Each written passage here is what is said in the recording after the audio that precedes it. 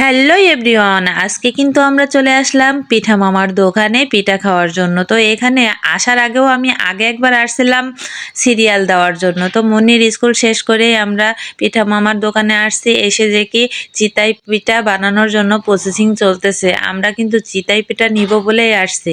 তো যাই হোক, ভাপা পিঠারও চাহিদা অনেক, দেখে আমি ভাবলাম কেমন হয় দেখি, একটু খেয়ে দেখি। তো আমি খাইলাম, আমার কাছে খুব একটা মজা লাগলো না। আমার কাছে চিতই পিঠাটা অনেক মজা লাগে, কারণ এই পিঠাটা আমি বাড়িতে বানাতে পারি না, তাই জন্য। তো যাই হোক, এখান থেকে চিতই পিঠা নিয়ে তারপর কিন্তু আমি গুড় দিয়ে রস বানিয়ে তারপর ভিজিয়ে খাবো।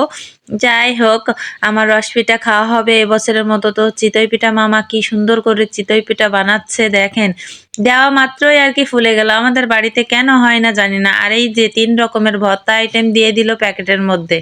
তো 2 ঘন্টা শেষ করেই আর কি পিঠা নিয়ে আমরা বাড়ি যাচ্ছি। আল্লাহ হাফেজ।